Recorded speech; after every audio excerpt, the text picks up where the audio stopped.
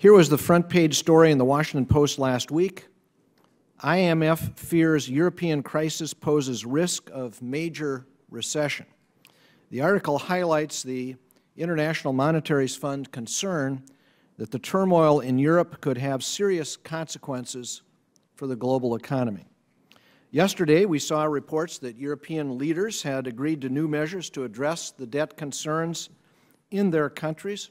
Here was the New York Times headline on the agreement: European leaders agree to new measures to enforce budget discipline. Most economists believe the Eurozone is already in recession.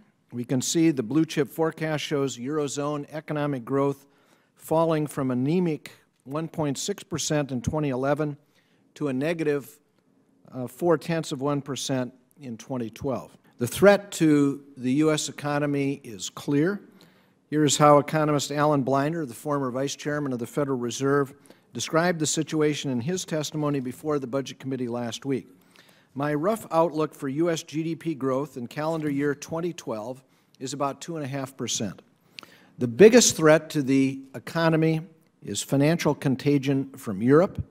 If we get a worst-case scenario, a European financial blow-up that looks somewhat like Lehman Brothers, I think most, if not all, of that putative 2.5% growth could just evaporate in a worldwide recession.